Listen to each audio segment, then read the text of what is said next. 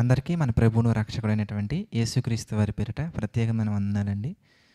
ప్రియులారా, మన జీవితంలో ఎదురయ్యే ప్రతి ఆపదలో, ప్రతి కష్టంలో, కొన్ని సందర్భాలలో లైఫ్ అండ్ డెత్ సిచ్యువేషన్ అంటూ ఉంటారు చూసారా? అలాంటి పరిస్థితుల్లో కూడా మనం ఆలోచించే విధానం అనేది ఎలా ఉండాలి అనడానికి దేవుడు ఎంతోమంది భక్తుల జీవితాలను మన కళ్ళ ముందు పెట్టారు.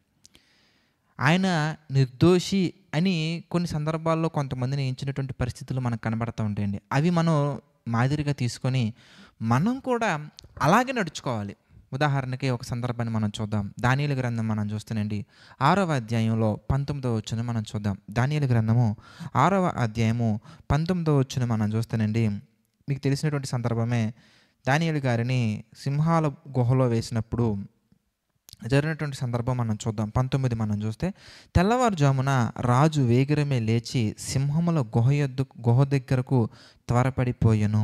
అతడు గుహ దగ్గరకు రాగానే దుఃఖస్వరముతో దానియేలుని పిలిచి, జీవము గల దేవుని సేవకుడవైన దానియేలు, నిత్యము నీవు సేవించుచున్న నీ దేవుడు నిన్ను రక్షింపగలిగనా అని అతనిని అడిగాను. ప్రియులారా, 21వ వచనం మనం చూస్తానండి. మంచి అద్భుతమైనటువంటి వివరణ అండి. అందుకు దానియేలు, రాజు చిరకాలము జీవించునుగాక, నేను నా దేవుని దృష్టికి నిర్దోషిగా కనబడితేనే గనక ఆయన తన దూత నంపించి సింహములు నాకు ఏ హానియు చేయకుండా వాటి నోళ్ళు మోయించెను అని చక్కటి వివరణ మనకి అక్కడ దానియేలు గారు ఇస్తున్నట్టుగా మనకు కనబడుతుందండి. ప్రియులారా, ఒక విషయం గుర్తుంచుకోండి. ఒకవేళ ఈ సందర్భంలో కనుక దేవుడే కనుక తోడుగా ఉండకపోతే దానియేలు గారి పరిస్థితి ఏంటండి? మనం అనుకుంటాం, కొంతమంది అధికారులను నమ్ముకుంటే, కొంతమంది ఉన్నతమైనటువంటి స్థితిలో ఉన్న వాళ్ళని నమ్ముకుంటే మనం సేఫ్గా ఉంటాం అనుకుంటాం. కానీ మీరు ఆలోచించండి, దానియేలు గారిని రాజు ఎంత ప్రేమిస్తున్నారా అంటే చాలా ఎక్కువగా ప్రేమిస్తున్నట్టుగా మనకు కనబడుతుందండి. మీరు చూస్తే రాజు అక్కడ శిక్ష వేయకుండా ఉండటానికి, ఆ ఆజ్ఞ ముందుకు వెళ్ళకుండా ఉండటానికి ఎంతో ప్రయత్నించినట్టుగా మనకు కనబడుతుంది బైబిల్లో. కానీ ఆయన మాట అక్కడ నెగ్గల, రాజు మాట అక్కడ నెగ్గల. ఎవరి మాట నెగ్గిందయ్యా అంటే, ప్రియులారా, అక్కడ ఆ సందర్భంలో మనం చూస్తానండి, ఇదిగో ఎక్కడైతే పక్కన ఉన్నటువంటి కొంతమంది ఉన్నారు చూసారో, రూమర్స్ స్ప్రెడ్ చేసేవాళ్ళు, వాళ్ళ మాటలు నెగ్గాయి. కానీ విజయం మాత్రం మీరు ఆలోచిస్తే దేవునిది. ఎందుకయ్యా అంటే, ఎలాంటి పరిస్థితుల్లో అయినా కానీ దేవుడే మనకి విజయాన్ని దయచేవారు. ఆయన యొక్క గెలుపుని మన గెలుపుగా ప్రకటించే వ్యక్తి దేవుడు మాత్రమేనండి. దానియేలు గారు కేవలం మనుషుల మీద ఆధారపడి వెళ్ళిన వ్యక్తిగా మనకు కనిపించదండి.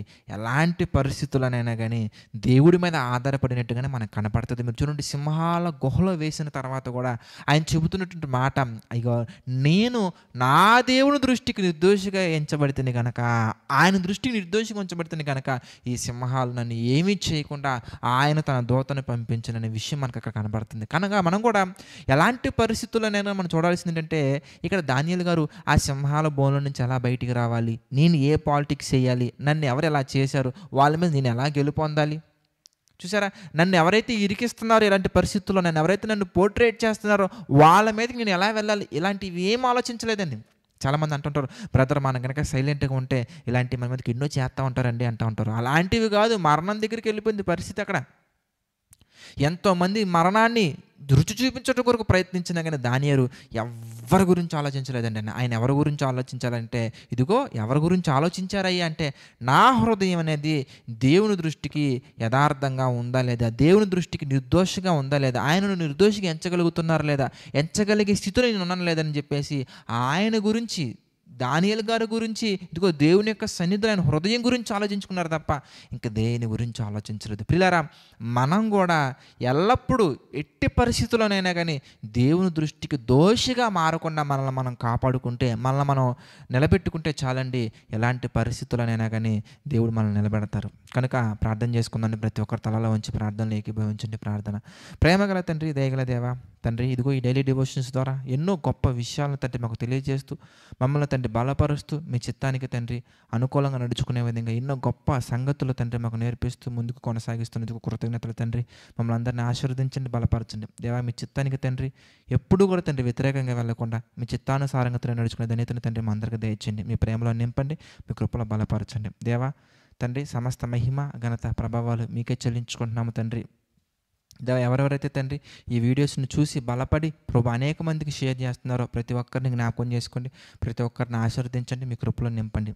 తండ్రి ఈ యొక్క పరిచర్యలో తండ్రి పాలిభాగస్తులవుతున్నటువంటి వారిని కూడా మీరు జ్ఞాపకం చేసుకొని తండ్రి మీ చిత్తానికి తండ్రి అనుకూలంగా తండ్రి వాళ్ళని బలపరచండి. తండ్రి ఎన్నో ఆత్మ సంబంధమైన మేలులతో నింపండి, ఆశీర్వదించండి. దేవా మీ చిత్తమైతే మేమందరం మరలా కలుసుకుని ఎన్నో గొప్ప సంగతులు ధ్యానించి ధన్యతను దయచేయండి. దేవా సమస్త మహిమ ఘనత ప్రభావాలు మీకే చెల్లించుకుంటూ మా ప్రభువును రక్షకుడైన యేసుక్రీస్తు వారి పేరట ఈ ప్రార్థన అడిగి వేడుకొనుచున్నాము తండ్రి. ఆమేన్. అందరికీ వందనాలండి. God bless you all.